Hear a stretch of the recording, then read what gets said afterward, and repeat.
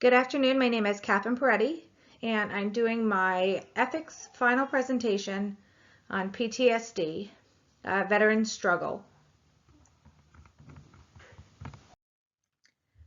PTSD is classified as post-traumatic stress disorder. The definition of it is a chronic, often debilitating mental health disorder that may develop after a traumatic life event. Those life events can consist of military combat, sexual assault, unexpected loss of a loved one, and natural disaster. There's two types of screening that you can do for PTSD. One is a primary care PTSD assessment, and one is a PTSD checklist. The PTSD screening is a mandated test by DoD for all post-deployment soldiers that come back from combat. It is a 4-item test. It's a little more simple. It's a yes and no. It also is very quick and easy for therapists to read, and it's very quick to be administered. The PCL, which is the PTSD checklist, is utilized for active duty service members that are currently serving and potentially suffering from PTSD. It is a 17-item assessment. It is easy to administer and score as well, but it is more lengthy for a therapist or a mental health professional to kind of go through. So it just takes a little bit more time. The Veteran Affairs is huge, obviously, when it comes to treating and helping veterans, specifically focusing on PTSD, and it does hold the National Center for PTSD. Currently, there are roughly 8 million people in the U.S. who suffer from PTSD.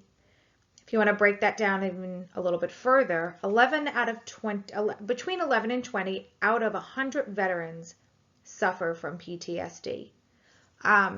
There are different ratings that the veterans are classified on, and that recognizes the severity, the financial compensation of their PTSD. I've decided to go with the two highest, which is a 100% rating and a 70% rating. Currently, there's about 13.1% of veterans that are rated and or ranked at 100%, and 28% of veterans are ranked at 70%. There are a variety of symptoms that do come into play when you are rating or ranking an individual who is suffering from PTSD. If you take the highest percentage of PTSD at 100%, you are essentially talking about somebody who is completely occupationally and socially impaired, someone who suffers on a daily basis of persistent delusions and hallucinations. There is disorientation of time, people, and places, and an extensive amount of memory loss. If you are looking at somebody who is ranked in the 70 percentile, you are looking at somebody who has suicidal ideations, near continuous panic attacks, neglection of personal hygiene, and is someone who is unable to maintain friendships and or romantic relationships.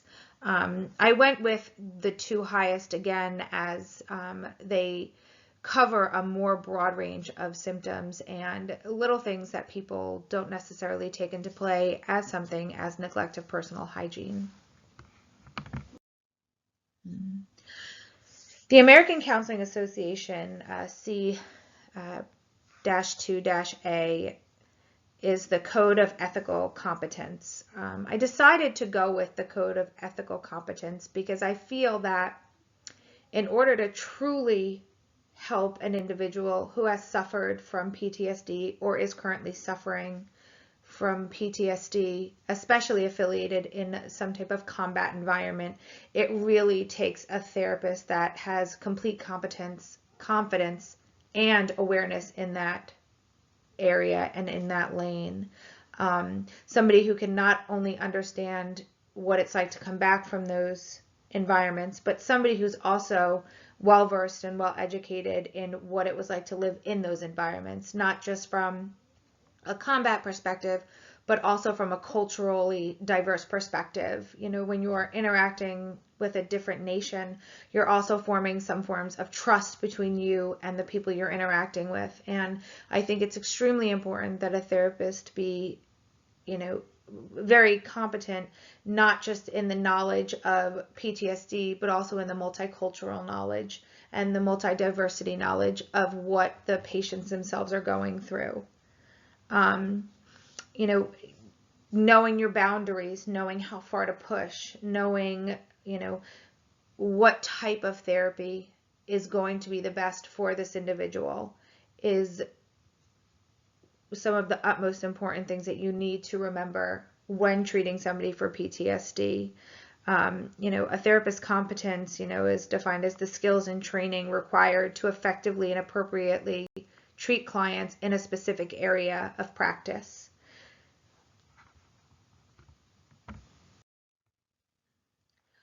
Many therapists, kind of draw the line at a spiritual type of therapy and a therapist who, goes based off of spirituality. It's very important also with clients who suffer from PTSD, to entertain or engage having a spiritual background or not having a spiritual background. From a client's side, veterans can face a spiritual conflict with themselves.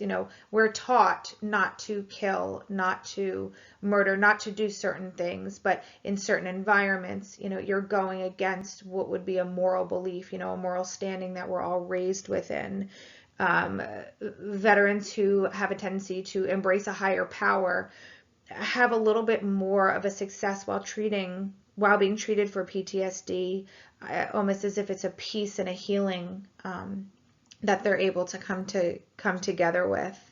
From an ethical standpoint, that is a huge struggle for the therapist. For example, if a therapist is not someone who has a strong spiritual or faith-based type of practice, somebody who wants to focus more on the science and the, past memories of what took place, as opposed to, finding peace from a spiritual perspective. Treating someone, from a spiritual perspective when you're not a religious-based counselor can also cause conflict, and also comes back into play the competence level. Am I competent enough to treat this person in a way that will suit them the best and the way they want to be treated if I don't have a spiritual foundation? And can I still treat them, and can I draw those lines and boundaries within myself?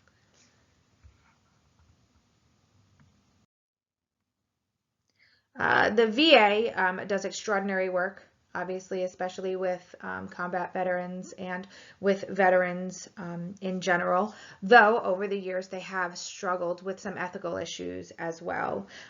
You have individuals in the past who were denied based off of discharges that were, not under the honorable statistics.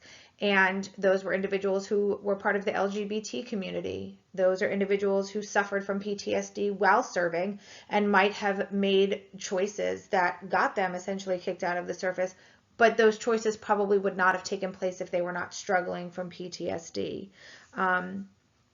As of March 2021, there was roughly 357,000 exams that were delayed due to COVID in treating individuals who needed resources from the VA. Members of the National Guard and reservists who were not on federal orders long enough to receive benefits from the VA. You have to be on orders for 365 days in order to receive benefits. Those are all things that they're trying to reverse now, things that they're trying to, be able to go back and help these individuals moving forward. As of 2018, you were allowed to use outside civilian resources if your appointment was either longer than a 20-day wait or you lived more than 30 minutes away from a VA facility. So that is definitely an improvement. Also, the VA is now starting to beef up their employment of roughly 50,000 jobs, which will also help reach out and be able to get to more veterans, the more help they have, like the domino effect, the more people you have working together, the more solution you'll have in the end. This is just a little bit of a recap of kind of the last slide of everything that I had gone over, and also wanted to, kind of put out there the suicide rates as well.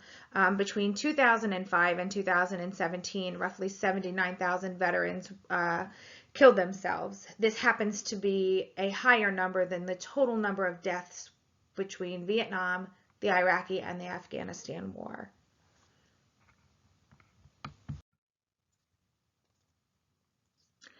I also wanted to touch base on a therapist's ethical obligation.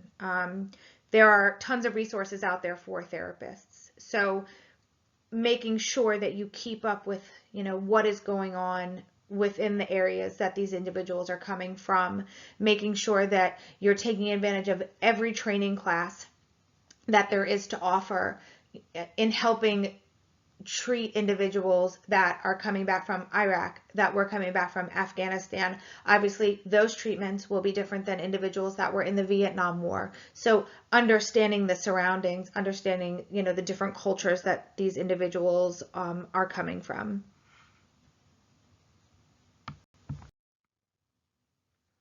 I did put 2 discussion questions out here as well, and I did wrap my case study up in the discussion questions. My first question that I wanted to put out here was, many veterans would like to help other veterans. Do you think a veteran struggling with PTSD, past or present, can be a competent therapist to an individual in an acute phase of PTSD? And then also, I wanted to put my case study out there. Individual named Michael spent a lot of time deployed in Afghanistan and Iraq. A few months after returning home, he noticed that he couldn't be in big crowds and had trouble sleeping. Michael received his master's while in the service and was struggling to hold a job. He went to the VA and received counseling. While in counseling, he started working as an electrician. It was the longest he had held a job. The therapist wanted to dig into why he chose that line of work, being that he has his MBA. My question in this case study is that, should the therapist focus on getting him back on track to where he was, or focus on where he currently is?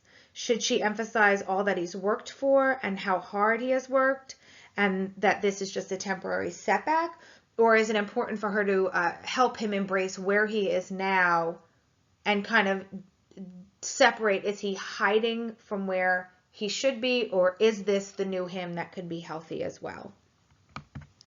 Okay, and then this is obviously the references in the case studies where the information has come from. I just wanted to thank everybody for taking the time to listen to my presentation. It is something I'm very passionate about, being a veteran myself, and also knowing, how many people in my life alone give up there every day just to make sure that us ourselves are able to do the things that we want to do. Thank you.